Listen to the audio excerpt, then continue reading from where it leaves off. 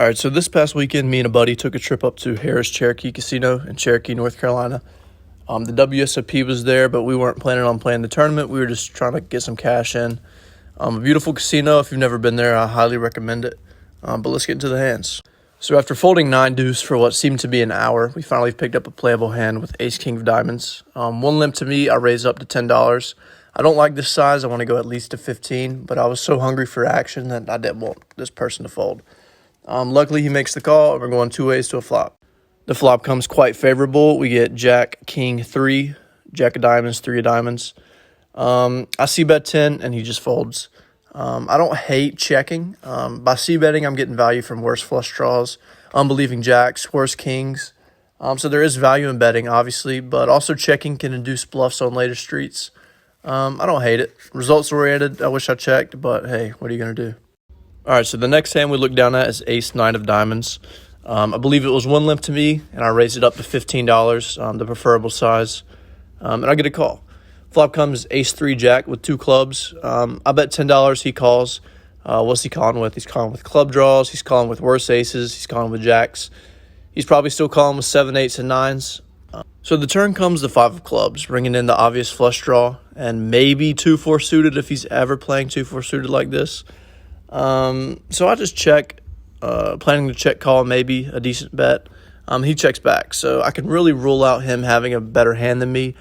The good thing about playing at low stakes is a lot of these players bet face up, and I think any flush is going to bet here on the turn. The river peels off a 10 of spades. Not a very consequential card. Only thing that improves is pocket 10s, king, queen. I don't really see much merit in betting big here, so I just go 25, half pot, and he pretty quickly folds. After looking back at this hand, I don't mind check calling instead of leading out. I think we're going to catch a lot of his bluffs, and there's really not that much worse that's going to be able to call us. So that's just something to go off of, but it's not a huge deal, I don't think. We still got the pot. All right, so this next hand needs a little bit of background. So I was sitting in the 3 seat, and the 1 seat was a very crazy gentleman. He had been having some drinks. He was having fun, heckling a lot of people. He was good for the table in that he gave action, but he was pretty annoying. Anyway, in this hand, I look down at pocket 7s in the big blind, and I get 4 limps to me, and the crazy guy's one of them.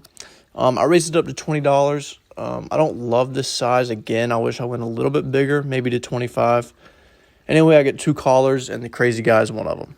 So sitting here with pocket 7s, the flop comes 2-3 jack, a rainbow. The crazy guy actually pretty quickly leads out for $30 here.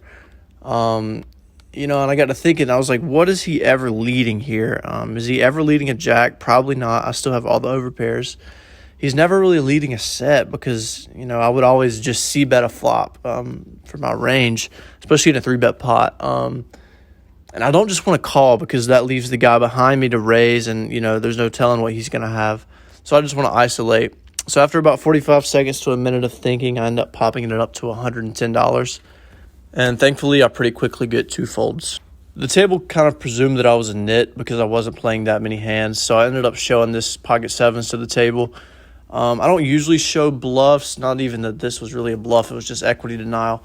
But I showed it just so they know that I'm not an extreme nit and they give me action when I actually want it. So about an hour and a half to 2 hours in the session, we're up like $100. Nothing crazy, but at least we're not down. And I look down at queen 10 off. Not a great hand. You should probably just fold this, but I was bored, and this is what loses you money, so be careful. Anyway, I get 3 limps to me, and I ended up raising it to $17. I would like to just take it down pre-flop with queen high. That'd be cool, but I get 1 call. Flop comes jack, king, 3, rainbow.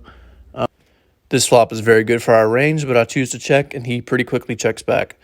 The turn is a 7. Suit does not matter. I check again, and he bets 15. I could just fold here, but I think that I still have all the stronger hands unless he turned a set of 7s. So with my range advantage in mind, I make the call, and the river comes a 6.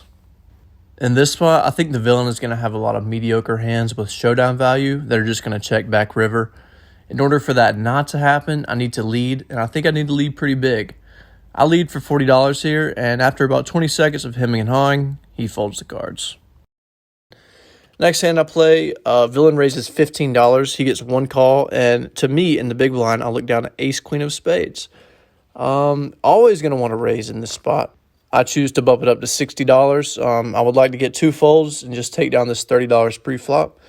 And that's what happens. So, great hand for me. Next hand I play, I look down at 2 beautiful queens. I get 3 limps to meet, and I raise it up to $17. Pretty good sizing, I think.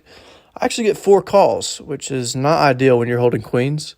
Flop comes 999, RIP Juice World. Flop checks through. Turn is a 6. I bet 15 because anybody with quads is going to bet that flop. But if not, they're going to raise here, and I can just get away pretty easily. And I get 1 call and 2 folds. River is an 8. I'm very confident that I have the best hand here. Anyone with quads would have raised by now. I bet out 40, and I get a fold. Next up is my favorite hand I played the entire trip. We get 4 limps to me in the big blind, and I look down at King Jack of Hearts. I raise it up to $20, and I get 3 callers. Flop comes 3, 7, 8. A pretty bad board for King Jack, except for the fact that they're all hearts. We flop the second nuts. You can't really beat that. Naturally, we check, and action checks around. Turn brings the ace, in which I would bet a lot of my hands, so I bet out for 15. The immediate person to my left makes the call, and the other 2 fold. River comes another ace. The pot's about $70 to $80 now, and I want to make sort of a fake blocker bet to try to induce a bluff or a raise. So I bet out for $10, and luckily, after about 10 to 15 seconds, the villain raises to 45. So this is perfect, exactly what we wanted. I'm going to raise here again, obviously. I end up making it 150, and after about 10 to 15 seconds, he calls. I show my flush, and he shows a lower flush. So a pretty big cooler here, but we will absolutely take it. The last big hand we had that day, I picked up aces. The crazy guy I told you about earlier, he raised in early position to 25. Everyone folded. I bumped it up to 75 with red rockets. He hemmed and hawed, and after about a minute, he ended up jamming. I obviously snap call, and we hold for about a $170 pot. To say we didn't work for it was an understatement. We were there for about 8 hours total that day. I will say I was very tired, but it was always a very fun time. Thanks for watching.